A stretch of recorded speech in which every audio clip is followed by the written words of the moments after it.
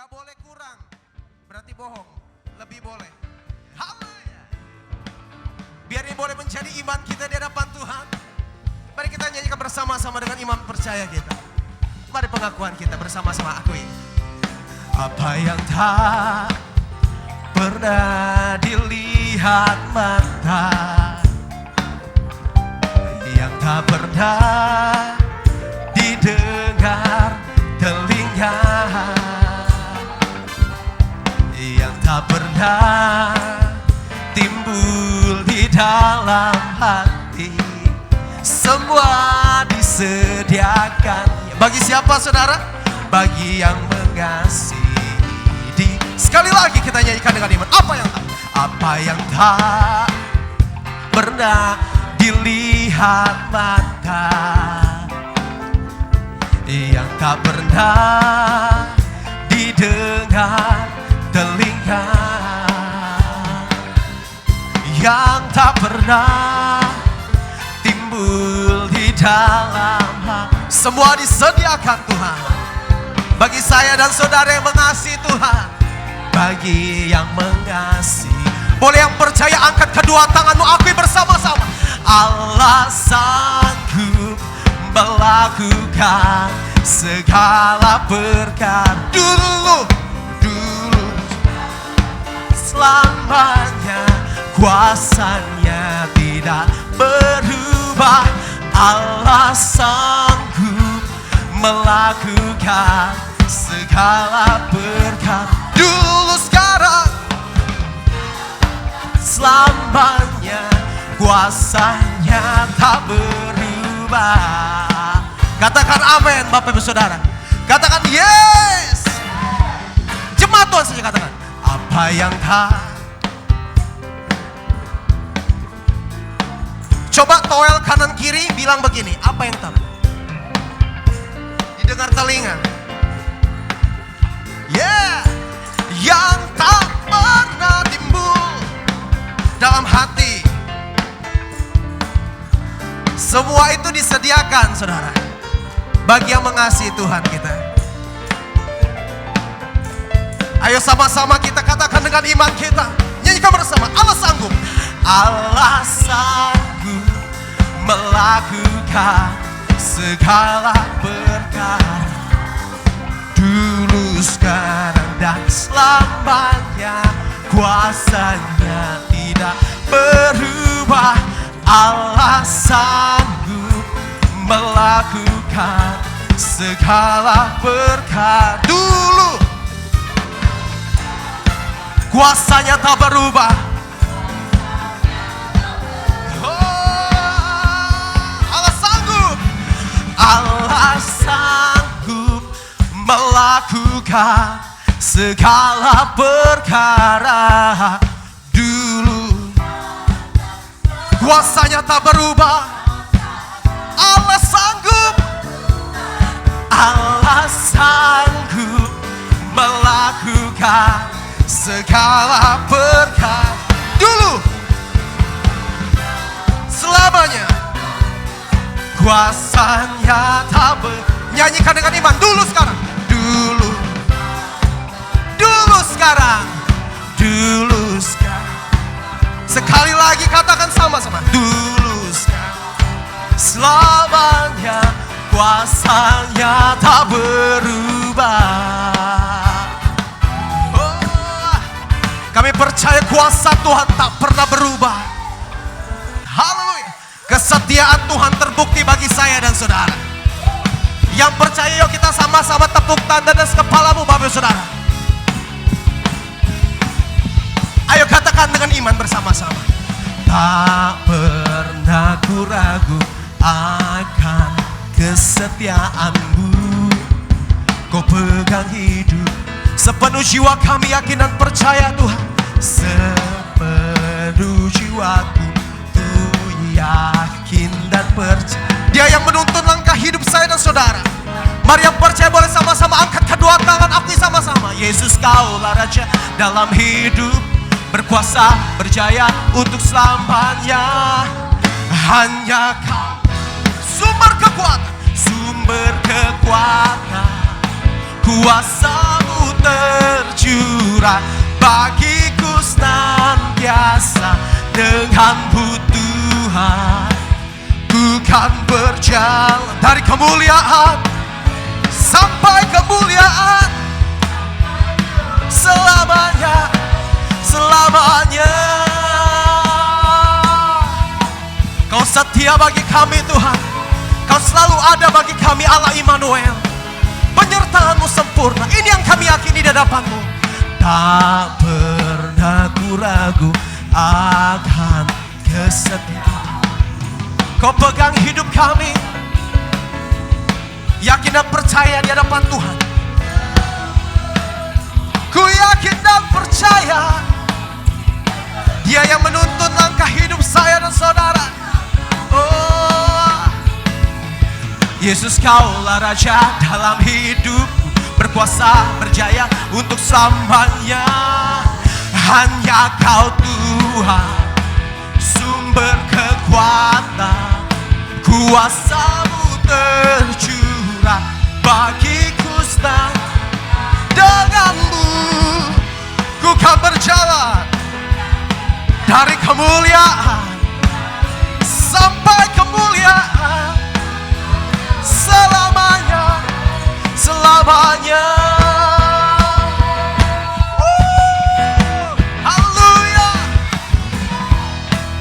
Percaya bahwa Tuhan itu selalu ada bagi kita. Yang percaya katakan amin, Bapak Saudara. Dia terus bawa kita naik, tidak turun, menjadi kepala bukan ekor. Di saat kita sungguh-sungguh. Yesus, Kaulah Raja dalam hidup, berkuasa. Yesus Kaulah Raja. Mari sekali lagi angkat kedua tanganmu. Aku Yesus, Yesus Kaulah Raja dalam hidupku, berkuasa berjaya untuk selamanya. Hanya Kau Tuhan, sumber kekuatan, kuasa-Mu tercurah bagiku senantiasa. Denganmu ku kan berjalan dari kemuliaan sampai kemuliaan, selamanya, selamanya. Katakan haleluya, haleluya. Saudara percaya bahwa Tuhan itu luar biasa, saudara. Besar dan layaklah Tuhan. Alkitab mencatat Dia layak dipuji, disembah, ditinggikan, saudara. Bapak Ibu Saudara, kita akan dibawa Tuhan dari iman kepada iman. Bahkan Alkitab mencatat dari kemuliaan kepada kemuliaan. Tapi Alkitab nggak mencatat kemuliaan biasa-biasa. No. Alkitab mencatat dari kemuliaan kepada kemuliaan yang lebih besar, saudara. Yang percaya katakan amin. Jadi saudara, kita mau ganti liriknya, bukan berjalan tapi berlari. Ya mau katakan amin. Kayaknya rasa-rasanya nggak dosa ya. Kita ganti dari berjalan menjadi berlari, dan kita mau sama-sama keluar dari bangku. Bagi yang mau, kita mau sama-sama praktekkan tindakan profetik kita berlari bersama Tuhan. Katakan yes, yes, yes. Hanya Kau Tuhan, sumber kekuatan, kuasa-Mu. Siap Bapak Ibu Saudara? Siap. Ku kan berlari dari kemuliaan sampai kemuliaan. Sebentar, jemaat saja. Hanya Kau sumber amin. Imani saudara. Tahun ini Tuhan, kami akan berlari bersama Tuhan. 1, 2, 3. Sampai kemuliaan. Sama-sama hanya Kau Tuhan. Hanya Kau Tuhan, sumber kekuatan, kuasa-Mu tercurah bagiku senantiasa. Denganmu berlari ku dari kemuliaan sampai kemuliaan, dari kemuliaan sampai dari kemuliaan sampai kemuliaan.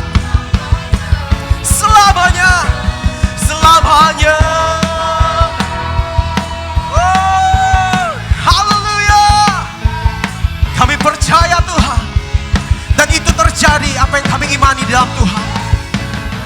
Haleluya. Haleluya. Haleluya. Semua terjadi asal kita jangan bimbang dan ragu, saudara. Tiada yang seperti Engkau yang begitu mengasihi kami, yang begitu mencintai kami. Ini iman kami di hadapan-Mu Tuhan. Ini doa kami di hadapan-Mu Tuhan. Sebagai bentuk pengakuan kami mau katakan bersama-sama Tuhan. Dengan penuh keyakinan kami, dengan iman kami di hadapan Tuhan, bahwa tiada Tuhan yang seperti Engkau, yang begitu mengasihi kami. Yes Lord.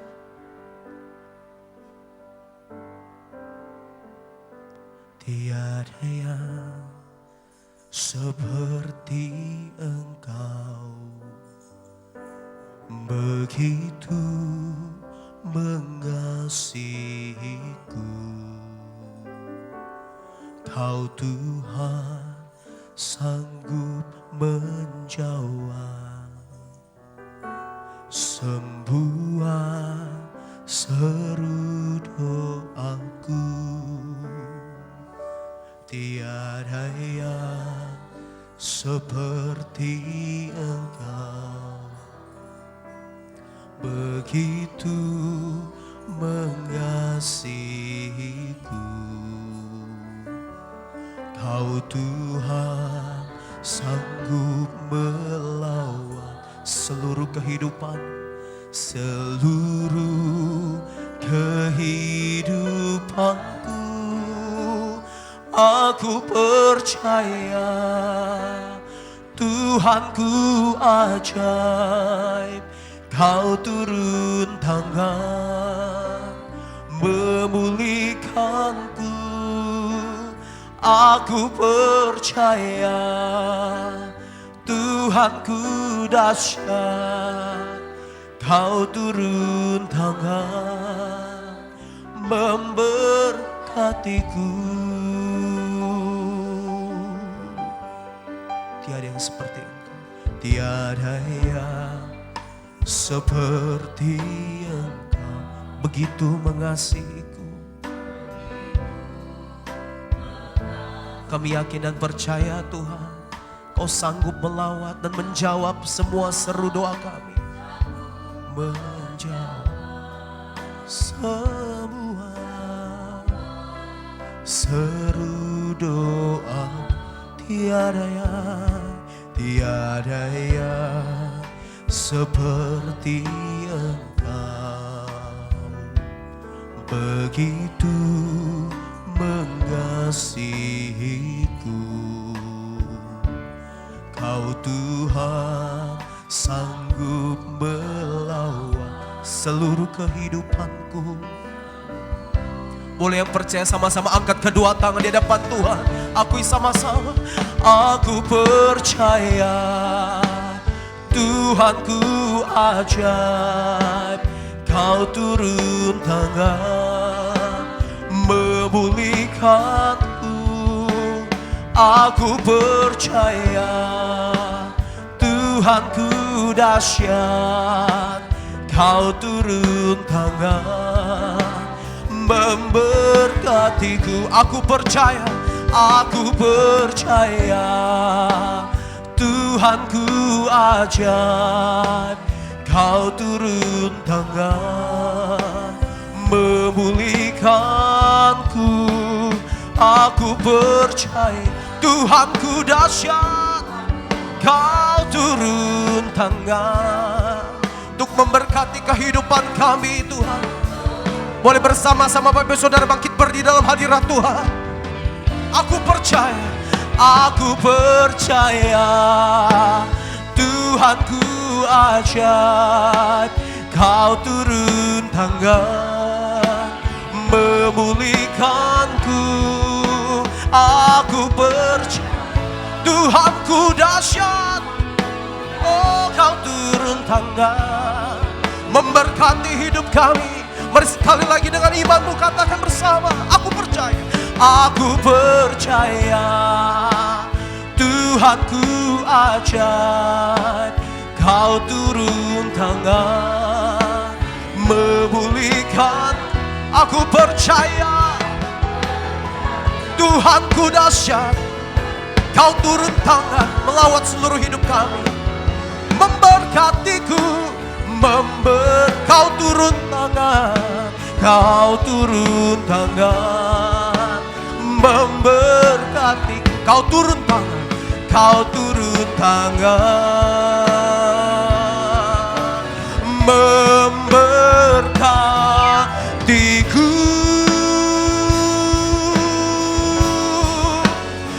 Oh, kami percaya Kau turun tangan, memberkati, melawat seluruh hidup kami.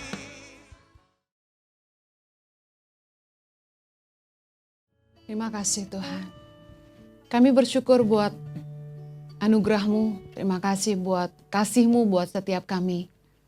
Kami bersyukur punya Tuhan yang luar biasa, yang sangat mengasihi kami Tuhan. Terima kasih buat hari ini. Kami berdoa agar sekiranya Engkau menjatuhkan hikmat-Mu dan pewahyuan di tengah-tengah kami, supaya kami boleh belajar mengerti firman-Mu dengan bahasa yang mudah kami mengerti, supaya kami boleh menangkap isi hati-Mu buat kami Tuhan. Dan kami boleh sungguh-sungguh menghidupinya di dalam hidup kami. Anugerahkan kemampuan untuk memahami firman-Mu. Tolong hamba-Mu, karena sungguh tanpa Engkau hamba tidak mampu, menyerahkan menit-menit ke depan ke dalam pimpinan Roh Kudus. Di dalam nama Yesus kami berdoa. Amen. Halo shalom semuanya, salam damai sejahtera bagi kita semua. Hari ini saya akan share tentang designated survivors. Orang-orang yang dipilih untuk diselamatkan.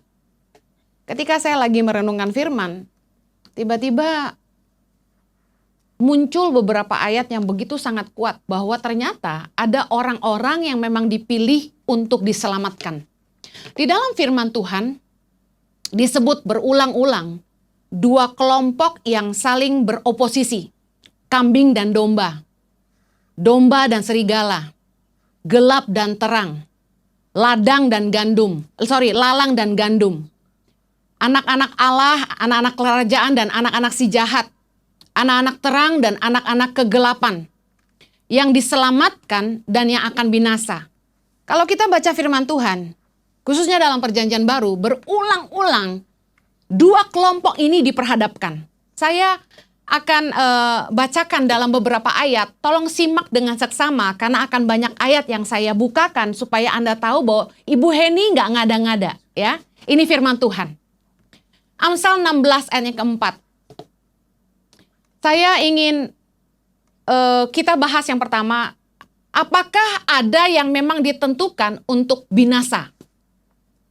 Ngeri ya. Ada yang ditentukan untuk diselamatkan, ada yang ditentukan untuk binasa. Apa benar? Amsal 16 ayat yang keempat berkata begini. Tuhan membuat segala sesuatu untuk tujuannya masing-masing, bahkan orang fasik dibuatnya untuk hari malapetaka. Yohanes 17 ayat yang ke-12. Yesus berkata begini. Selama aku bersama mereka, aku memelihara mereka dalam namamu, yaitu namamu yang telah engkau berikan kepadaku. Aku telah menjaga mereka dan tidak ada seorang pun dari mereka yang binasa selain daripada dia yang telah ditentukan untuk binasa, supaya genaplah yang tertulis dalam kitab suci. Saya highlight di ayat ini, selain daripada dia yang telah ditentukan untuk binasa. Kita tahu yang dimaksud Yesus adalah Yudas. Kemudian, apakah ada yang ditentukan untuk binasa? 1 Korintus 1 ayat 18. Sebab pemberitaan tentang salib memang adalah kebodohan bagi mereka yang akan binasa. Tetapi bagi kita yang diselamatkan, pemberitaan itu adalah kekuatan Allah. Lagi, 2 Korintus 2 ayat 15. Sebab bagi Allah, kami adalah bau yang harum dari Kristus di tengah-tengah mereka yang diselamatkan dan di antara mereka yang binasa. Lagi-lagi firman Tuhan disebutkan mereka yang akan binasa, kita yang diselamatkan. Kemudian saya mulai berpikir, Tuhan, kenapa Tuhan ciptain orang-orang yang memang diciptakan untuk binasa. Gak make sense. Tiba-tiba Tuhan buka ayat ini buat saya. Roma 9 ayat 15 berkata begini. Sebab ia berfirman kepada Musa, Aku akan menaruh belas kasihan. Kepada siapa aku mau menaruh belas kasihan? Dan aku akan bermurah hati kepada siapa aku mau bermurah hati. Ayat 16. Jadi hal itu tidak tergantung pada kehendak orang atau usaha orang, tetapi kepada kemurahan hati Allah. Sampai di sini dulu. Dari ayat ini kita mengerti ada istilahnya the favor of God. Kalau kita hari ini beroleh kasih karunia untuk mengenal Kristus, saya ingin ingatkan, kita adalah orang-orang yang telah menerima favor of God. Kemurahan hati Allah. Kalau ada yang diciptakan untuk diselamatkan, lalu ada yang diciptakan untuk binasa, apakah Tuhan gak adil? Mari kita lihat Roma 9 ayat 20. Firman Tuhan berkata begini, siapakah kamu, hai manusia? Maka kamu membantah Allah. Dapatkah yang dibentuk berkata kepada yang membentuknya, mengapakah engkau membentuk aku demikian? Ayat 21, apakah tukang periuk tidak mempunyai hak atas tanah liatnya untuk membuat dari gumpal yang sama suatu benda untuk dipakai guna tujuan yang mulia dan suatu benda lain untuk dipakai guna tujuan yang biasa. Lagi-lagi, dalam hidup setiap kita ada beberapa orang yang dipilih oleh Tuhan untuk hal-hal yang mulia, tujuan yang mulia, outstanding among others. Ada orang-orang yang dipakai untuk tujuan biasa. Kita nggak bisa ngiri. Kita nggak bisa bilang Tuhan nggak adil. Karena kita nggak bisa bantah Allah. Dia sang penjunan, kita cuma tanah liat. Tuhan punya favor untuk apapun yang dia mau lakukan dalam hidup kita. Roma 9 ayat 22. Jadi, kalau untuk menunjukkan murkanya dan menyatakan kuasanya, Allah menaruh kesabaran yang besar terhadap benda-benda kemurkaannya, perhatikan, yang telah disiapkan untuk kebinasaan. Ayat 23, justru untuk menyatakan kekayaan kemuliaannya atas benda-benda belas kasihannya yang telah dipersiapkannya untuk kemuliaan. Sekali lagi firman Tuhan berbicara soal ada orang-orang yang memang disiapkan untuk kebinasaan, tapi ada orang-orang yang dipersiapkan untuk kemuliaan. Yesus dan Rasul Paulus dalam banyak ayat menjelaskan ada dua kelompok manusia di dunia. Yang pertama, anak-anak terang, atau disebut juga anak-anak Allah, anak-anak kerajaan, domba. Kemudian kelompok kedua, anak-anak gelap.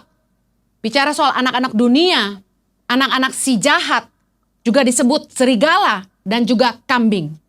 Anda tahu familiar dengan kata-kata ini, kita temukan dalam beberapa ayat. Bagaimana Tuhan, Yesus sendiri memisahkan dua kelompok ini, demikian juga Rasul Paulus. Saya bukakan dalam Lukas 16 ayat 8b, Yesus berkata begini, sebab anak-anak dunia ini lebih cerdik terhadap sesamanya daripada anak-anak terang. Yesus menjelaskan ada anak-anak dunia, ada anak-anak terang. Kemudian Rasul Paulus berkata dalam 1 Tesalonika 5 ayat yang kelima, karena kamu semua adalah anak-anak terang dan anak-anak siang. Kita bukanlah orang-orang malam atau orang-orang kegelapan. Maaf kalau banyak sekali ayat, tapi saya ingin membukakan bahwa ternyata dalam firman Tuhan banyak sekali diangkat perbedaan antara dua kelompok manusia di dunia. Orang-orang yang memang dipanggil untuk diselamatkan dan ada orang-orang yang memang dipanggil untuk binasa. Matius 13 ayat 36 bicara tentang bagaimana Yesus menjelaskan tentang lalang dan gandum. Dikatakan begini dalam ayat 37. Matius 13 ayat 37. Ia menjawab katanya, Orang yang menaburkan benih baik ialah anak manusia. Ayat 38, ladang ialah dunia. Benih yang baik itu anak-anak kerajaan dan lalang anak-anak si jahat. Perhatikan dikatakan benih yang baik itu adalah anak-anak kerajaan, lalang anak-anak si jahat. Ayat 39, musuh yang menaburkan benih lalang ialah iblis. Waktu menuai ialah akhir zaman. Dan para penuai itu malaikat. Maka seperti lalang itu dikumpulkan dan dibakar dalam api, demikian juga pada akhir zaman.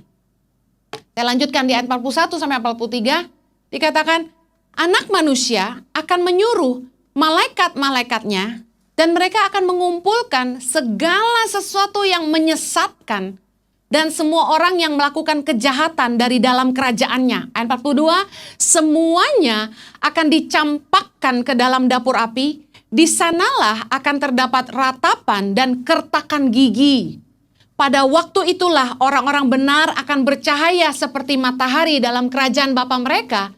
Siapa bertelinga, hendaklah ia mendengar. Ayat 42 ini bicara soal neraka. Bicara bahwa semua yang sesat, orang-orang yang melakukan kejahatan akan dicampakkan ke dalam dapur api. Di sana terdapat ratapan dan kertakan gigi. Kita tahu dalam kitab Wahyu juga disebutkan kata-kata yang sama. Dari ayat ini mengertilah bahwa Yesus menjelaskan adanya neraka.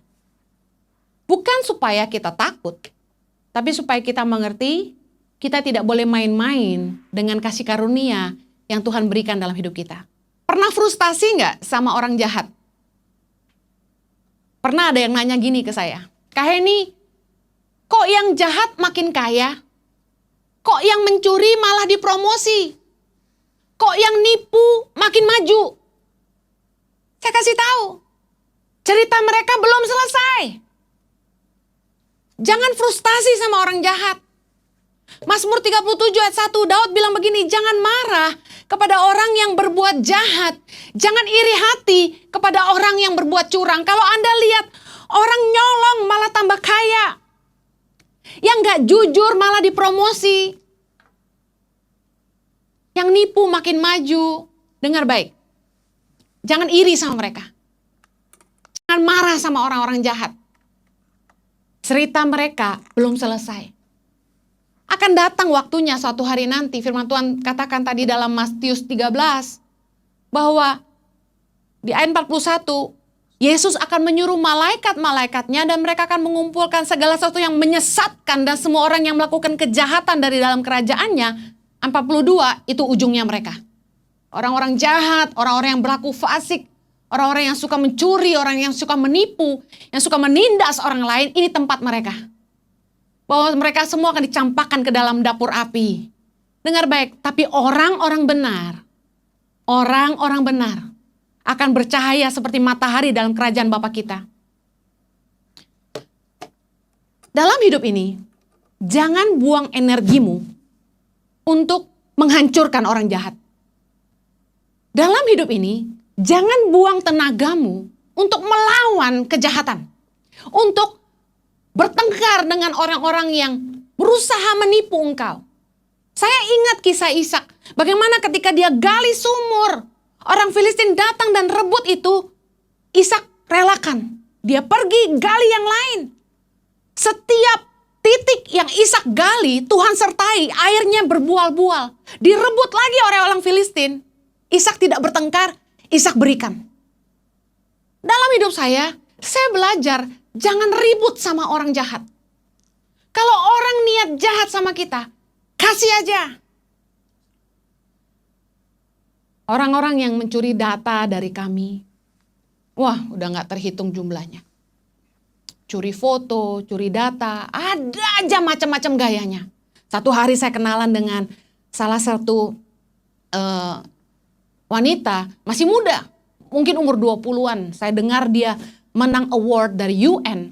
Keren sekali anak muda ini. Dia datangi saya dan bilang gini, Bu Heni, saya mau bantu pelayanan Tangan Pengharapan. Saya akan coba bantu cari dana buat program-program Tangan Pengharapan. Dan dia pengen bantu dua hal. Yang pertama dia bilang dia akan bantu untuk program pelatihan keterampilan komputer Tangan Pengharapan. Dia akan coba cari dana untuk bisa beli laptop-laptop buat center-center kami di seluruh Indonesia. Yang kedua dia bilang, saya akan bantu cari dana untuk memperbaiki jembatan yang putus. Karena saya ingat di beberapa tahun yang lalu ketika saya pergi ke NTT, hampir setiap bulan di tahun 2011 sampai 2013 itu jembatan itu putus. Saya pernah sampai harus terpaksa lewat kali dan ditarik pakai tali, didorong sama orang-orang desa supaya bisa naik ke desa-desa yang putus jalannya gara-gara jembatan rusak, nggak pernah diperbaiki. Dan apa yang terjadi? Saya minta tolong staf saya di lapangan, tolong fotoin dong jembatan yang putus ini karena ada anak muda mau bantu kita cari dana untuk perbaiki jembatan buat masyarakat.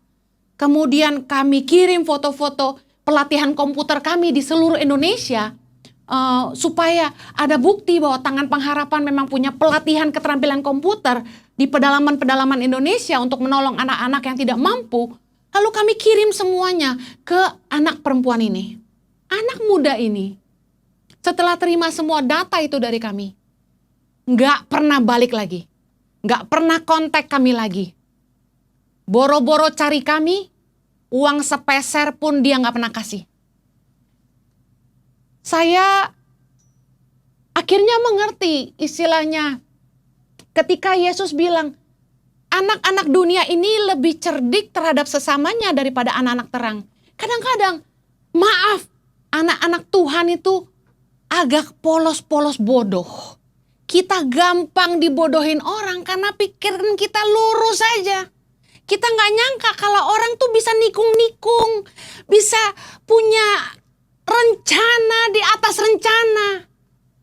Kita jalan tulus-tulus aja, kita nggak pikir jelek sama orang. Tapi ternyata banyak orang-orang lihai di luar sana yang begitu jahatnya sama kita. Ada salah satu orang yang pernah bekerja kepada kami. Ketika dia masih bekerja kepada kami, saya kenalkan dia kepada orang yang mau support Tangan Pengharapan untuk membangun sekolah-sekolah PAUD di Sulawesi. Saya kasih kontak donatur ini kepada staf kami dan minta supaya dia yang follow up. Apa yang terjadi? Nggak lama setelah itu dia keluar dari yayasan kami, dia bikin yayasan sendiri dan dia kontakin donatur-donatur ini supaya support yayasan dia. Luar biasa. Saya lihat betapa banyak orang yang sebaik apapun kamu sama dia, kamu tolong dia kayak apapun, emang gak ada rasa terima kasihnya. Orang-orang yang hari ini berusaha jahatin kami, saya coba pikir, Tuhan, kok ada orang-orang kayak gini?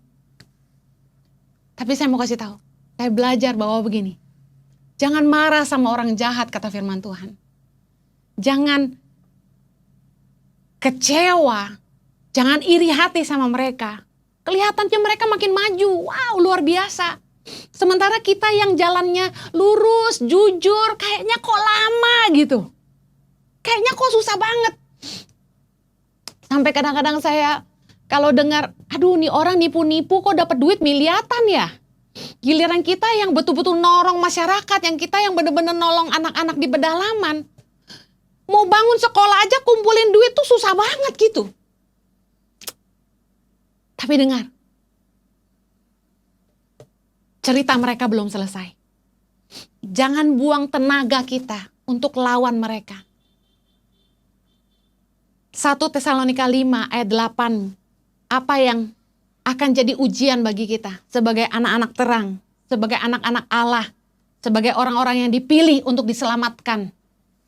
1 Tesalonika 5 ayat 8 berkata begini, tetapi kita yang adalah orang-orang siang, baiklah kita sadar, berbaju zirahkan iman dan kasih, dan berketopongkan pengharapan keselamatan. Karena Allah tidak menetapkan kita untuk ditimpa murka, tetapi untuk beroleh keselamatan oleh Yesus Kristus Tuhan kita, katakan amin. Yang sudah mati untuk kita, supaya entah kita berjaga-jaga, entah kita tidur, kita hidup bersama-sama dengan Dia. Ada 3 ujian akhir anak-anak Tuhan di akhir zaman, yaitu mempertahankan iman, mempertahankan kasih, dan tetap hidup dalam pengharapan akan keselamatan, kekekalan. Saya mau kasih tahu, kenapa kita nggak boleh balas kejahatan dengan kejahatan, kenapa kita nggak boleh berbuat jahat, kenapa kita harus hidup dalam kekudusan, karena kita punya pengharapan akan kekekalan. Kalau kita nggak punya pengharapan akan kekekalan, orang jahat sama kita, kita udah hajar balik. Orang fitnah kita udah balas. Saya belanja di online shop. Anda tahu di masa COVID-19 kita nggak bisa keluar-keluar. Saya belanja kebutuhan rumah tangga itu lewat online. Dan pedagang-pedagang ini nggak semua jujur. Kita pesan beras yang datang kutuan. Ketika saya foto dan komplain, yang jual beras lebih galak dia daripada saya. Dia bilang gini, saya udah jual banyak beras kemana-mana. Baru kamu aja yang komplain. Saya bilang kurang kerjaan kali, beras 200-an ribu kita mau ribut sama orang. Dengar baik. Kalau kita nggak punya iman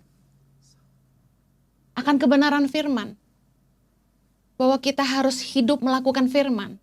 Kalau kita nggak punya kasih, kalau kita nggak punya pengharapan akan kekekalan, nggak heran orang jahat kita hajar balik. Orang jahat sama kita hancurin dia balik. Saya kasih tahu, setiap kita punya satu godaan untuk balas. Bohong kalau nggak ada. Waktu orang ini jahat sama saya, kayak pengen gue publis aja tuh di sosial media. Lu jangan belanja lagi di toko ini penipu gitu. Pengen banget. Tapi saya ingat, jangan balas kejahatan dengan kejahatan. Saya dipanggil untuk jadi berkat. Saya dipanggil untuk jadi terang, bukan untuk menghancurkan orang. Dengar baik, ujian bagi kita, anak-anak terang, adalah hidup dalam iman, hidup dalam kasih, dan tetap punya pengharapan akan keselamatan dan kekekalan. Saya akan tutup dengan 5 ciri keilahian anak-anak Allah. Mari periksa diri saya dan diri Anda, apakah kita punya 5 ciri ini yang menandakan kita adalah kelompok manusia yang memang dipanggil untuk diselamatkan. 5 ciri keilahian. Yang pertama, hidup dipimpin Roh Allah. Roma 8 ayat 14 berkata begini, semua orang yang dipimpin Roh Allah adalah anak Allah. Orang-orang yang memang dipanggil untuk diselamatkan, anak-anak Allah, hidupnya pasti dipimpin oleh Roh Allah. Saya nggak tahu bagaimana dengan hidup Anda, tapi saya dan Jojo merasakan sekali bagaimana Roh Tuhan memimpin kami. Dimulai dari keputusan untuk kembali ke Indonesia, keputusan menolong orang miskin, keputusan untuk pergi ke pedalaman-pedalaman, dan semuanya. Bahkan ketika Tuhan bicara sama saya untuk mulai prioritaskan keluarga, dan saya mulai ditaruh di hati saya sama Tuhan untuk memulai gereja online, saya kasih tahu, semuanya di luar pemikiran manusia. Bagaimana Tuhan menyertai dengan kuasa rohnya yang ajaib. Anak-anak Allah, apakah hidupmu dipimpin oleh Roh Allah? Yang kedua, anak-anak Allah itu mendengarkan firman Allah. Kalau puluhan tahun, belasan tahun jadi orang Kristen, ke gereja bolak-balik, makan firman, udah kayak minum obat sehari 3 kali. Tapi hidup tidak melakukan firman, berarti kita bukan anak Allah. Yohanes 8 ayat 47 berkata, barang siapa berasal dari Allah, ia mendengarkan firman Allah. Itulah sebabnya kamu tidak mendengarkannya, karena kamu tidak berasal dari Allah. Beberapa orang bebal, dengar firman Tuhan gak pernah mau berubah, gak pernah mau bertobat. Masuk kanan, keluar kiri. Dengar baik, kalau engkau sungguh-sungguh dipanggil untuk diselamatkan, begitu firman Tuhan disampaikan, engkau dengar, engkau lakukan. Yang ketiga, ciri keilahian yang ketiga adalah anak-anak Allah, tandanya 1 Yohanes 3 ayat 10 berkata begini. Inilah tandanya anak-anak Allah dan anak-anak iblis. Setiap orang yang tidak berbuat kebenaran tidak berasal dari Allah. Demikian juga barang siapa yang tidak mengasihi saudaranya. Ciri keilahian anak-anak Allah adalah hidup dalam kebenaran dan kasih kepada Allah dan sesama. Kalau kita jatuh bangun dalam dosa, kayak diajar tapi nggak bisa hidup dalam kebenaran. Meskipun mau tapi nggak bisa hidup benar, saya kasih tahu. Bertobat sungguh-sungguh. Minta anugerah Tuhan. Minta kemurahan hati Tuhan. Seperti Daud teriak, Tuhan, jangan ambil rohmu daripadaku. Kalau engkau mau keselamatan itu tidak hilang, dengar baik. Hiduplah dalam kebenaran. Tanda anak Allah adalah hidup dalam kasih kepada sesama. Saya sempat berpikir begini, kenapa ya saya nggak bisa benci sama orang-orang yang jahat sama saya? Kenapa saya nggak bisa? Saya kesel, tapi nggak bisa benci sama mereka. Seharusnya saya punya hak untuk marah sama orang tua saya. Karena apa yang mereka lakukan ketika saya masih kecil. Tapi anehnya, saya nggak bisa benci sama orang tua saya. Tapi sebaliknya, saya sayang sama orang tua saya. Meskipun saya dikecewakan sama orang tua saya nggak bisa benci sama mereka. Bahkan staf di kantor, ngeselinnya luar biasa gitu ya. Kalau kalian perhatikan YouTube saya beberapa kali nggak tayang, nah ini pasti ada masalah di kantor ya. Waktu saya marah sama staf saya, jengkelnya luar biasa. Pengen marah, pengen nggak ngomong sama mereka. Tapi ketika saya ke kantor, lihat muka-muka mereka, timbul rasa belas kasihan. Namanya mamah gitu. Yang ada saya tanya gini, kamu udah makan belum? Kamu lembur ya? Ibu kasih makan ya? Jadi sampai orang yang bekerja kepada saya di rumah itu ketawain saya, dia bilang gini, tadi mama bukannya marah sama orang itu, kok malah mama kasih makan? Tapi saya jadi ngerti kenapa kita nggak punya kemampuan membenci orang, karena ada roh Allah dan kasih Allah dalam hati kita. Yang berikut, saya mau kasih tahu dalam 1 Yohanes 3 ayat 14 berkata begini, kita tahu bahwa kita sudah berpindah dari dalam maut ke dalam hidup, yaitu karena kita mengasihi saudara kita. Barang siapa tidak mengasihi, ia tetap di dalam maut. Yang keempat, ciri keilahian anak-anak Allah adalah memiliki the opposite spirit, roh yang berlawanan dengan dunia. 3 Yohanes 1 ayat 11 berkata begini, saudaraku yang kekasih, janganlah meniru yang jahat, melainkan yang baik. Barang siapa berbuat baik, ia berasal dari Allah. Tetapi barang siapa berbuat jahat, ia tidak pernah melihat Allah. Listen, anak-anak Allah itu pasti orang-orang baik. Roma 12 ayat 2, Rasul Paulus pernah mengingatkan kepada kita, janganlah kamu menjadi serupa dengan dunia ini. Kenapa Rasul Paulus berkata begitu? Karena roh dunia tuh begini. Mata ganti mata, gigi ganti gigi. Kalau ada orang jahat sama saya lebih jahat lagi sama dia. Orang sering bilang begini, kalau orang baik sama saya lebih baik lagi sama dia. Tapi kalau dia jahat sama saya lebih jahat lagi sama dia. Dengar baik, anak-anak Allah punya roh yang berlawanan. Ketika orang jahat sama kita, seharusnya kita lakukan seperti ini. Lukas 6 ayat 35. Tetapi kamu, kasihilah musuhmu. Dan berbuatlah baik kepada mereka. Dan pinjamkan dengan tidak mengharapkan balasan. Maka upahmu akan besar. Kamu akan menjadi anak-anak Allah yang maha tinggi. Sebab ia baik terhadap orang-orang yang tidak tahu berterima kasih. Dan terhadap orang-orang jahat. Ciri anak Allah adalah punya roh yang berlawanan dengan dunia. Ketika dunia bilang, jahat lawan jahat. Kita lawan dengan yang sebaiknya. Kita berbuat baik kepada orang-orang yang berbuat jahat kepada kita. Yang terakhir, kalau kita merupakan anak-anak Allah, kita hidup jadi terang. Hidup kita jadi teladan. Matius 5 ayat 14, Yesus berkata, kamu adalah terang dunia. 1 Tesalonika 5 ayat 5 berkata, Karena kamu semua adalah anak-anak terang dan anak-anak siang. Kita bukanlah orang-orang malam atau orang-orang kegelapan. Ciri anak-anak Allah adalah hidupnya jadi terang. Kita nggak melakukan hal-hal yang pantas disembunyikan. Tapi kita jadi orang-orang yang jadi berkat. Saya tutup dengan ini. 1 Tesalonika 5 ayat 15 berkata, perhatikanlah supaya jangan ada orang yang membalas jahat dengan jahat. Tapi usahakanlah senantiasa yang baik terhadap kamu masing-masing dan terhadap semua orang. Matius 5 ayat 9 berkata, berbahagialah orang yang membawa damai karena mereka akan disebut anak-anak Allah. Kalau kita masih suka berantem sama orang, berarti kita bukan anak Allah. Orang-orang yang suka cari ribut, anak siapa? Tuhan berkati, mari kita berdoa. Bapa, kami mengucap syukur untuk firman-Mu. Tolong kami Tuhan supaya kami boleh menghidupi kasih karunia-Mu dalam hidup kami.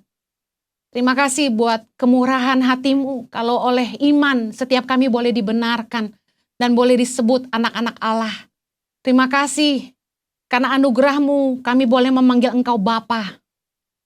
Tolong kami Tuhan untuk selalu hidup dalam terang, hidup dalam kasih, melakukan kebenaran. Tolong kami supaya kami terus hidup dipimpin oleh Roh Allah. Dan kami mampu menghidupi firman Allah. Ampuni setiap dosa dan kesalahan kami Tuhan. Biarlah setiap kami boleh sungguh-sungguh hidup berlawanan dengan roh yang ada di dunia ini. Kami boleh membalas kejahatan dengan kebaikan dan berbuat baik kepada semua orang. Mampukan setiap anak-anak-Mu Tuhan. Kami percaya kami adalah orang-orang yang dipanggil untuk diselamatkan. Demi nama Yesus kami berdoa. Amen. Sebab Kau besar, perbuatan-Mu ajaib, tiada seperti Engkau. Tiada seperti Engkau, sebab Kau besar, perbuatan-Mu ajaib, tiada seperti Engkau. Sungguh tiada seperti Engkau. Tiada seperti Engkau. Sebab Kau besar, sebab Kau besar, perbuatan-Mu ajaib. Sebab Kau besar, perbuatan-Mu ajaib, tiada seperti Engkau. Sungguh tiada yang seperti Engkau. Sebab Kau besar, perbuatan-Mu ajaib, tiada yang seperti Engkau. Kami menyembah memuji-Mu Tuhan. Tiada seperti Boleh sama-sama kita kasih tepuk tangan yang terbaik buat Tuhan, sorak-sorak.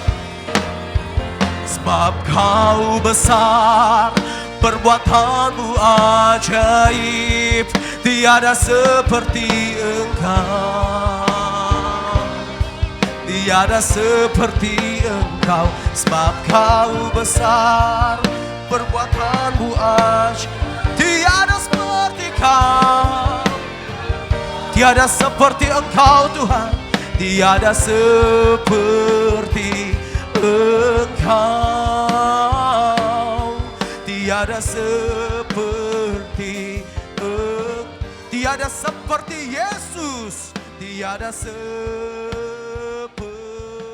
Yesus.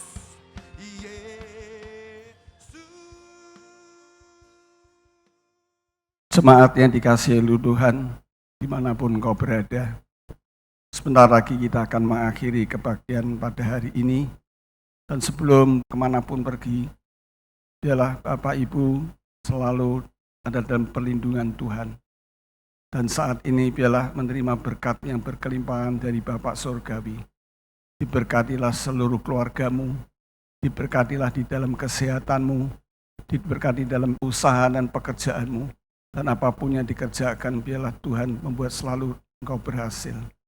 Diberkatilah studi dan cita-cita anak-anakmu, mempunyai masa depan yang penuh pengharapan. Dan terimalah cinta kasih Yesus yang begitu sempurna, dan percikan darah Yesus yang menyertai, memercik Bapak Ibu Sanis ini, berkuasa untuk melindungi dari segala penularan virus corona dimanapun, kemanapun engkau pergi.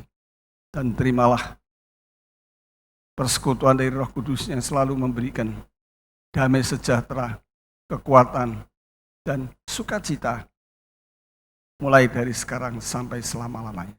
Mari kita sama-sama katakan amin. Tak pernah ku ragu akan kesetiaan-Mu. Kau pegang hidup sepenuh jiwa, kami yakin dan percaya Tuhan. Sepenuh jiwaku ku yakin dan percaya. Dia yang menuntun langkah hidup saya dan saudara. Mari yang percaya boleh sama-sama angkat kedua tangan, akui sama-sama. Yesus, Kaulah Raja dalam hidup, berkuasa, berjaya untuk selamanya. Hanya Kau sumber kekuatan, kuasa-Mu tercurah bagiku senantiasa. Dengan-Mu Tuhan, ku kan berjalan dari kemuliaan sampai kemuliaan, selamanya, selamanya. Kau setia bagi kami Tuhan, Kau selalu ada bagi kami, Allah Immanuel. Penyertaan-Mu sempurna, ini yang kami yakini di hadapan-Mu. Tak pernah ku ragu akan kesetiaan. Kau pegang hidup kami, yakin dan percaya di hadapan Tuhan. Ku yakin dan percaya, Dia yang menuntun langkah hidup saya dan saudara. Oh, Yesus, Kaulah Raja dalam hidupku, berkuasa, berjaya untuk selamanya. Hanya Kau Tuhan, sumber kekuatan, kuasa-Mu tercurah bagiku senang. Dengan-Mu ku kan berjalan dari kemuliaan sampai kemuliaan, selamanya, selamanya. Haleluya. Percaya bahwa Tuhan itu selalu ada bagi kita. Yang percaya katakan amin, Bapak Saudara. Dia terus bawa kita naik, tidak turun, menjadi kepala bukan ekor. Di saat kita sungguh-sungguh. Yesus, Kaulah Raja dalam hidup, berkuasa. Yesus, Kaulah Raja. Mari sekali lagi angkat kedua tanganmu. Aku Yesus, Yesus, Kaulah Raja dalam hidupku, berkuasa, berjaya untuk selamanya. Hanya Kau Tuhan, sumber kekuatan, kuasa-Mu tercurah bagiku senantiasa. Dengan-Mu ku kan berjalan dari kemuliaan sampai kemuliaan.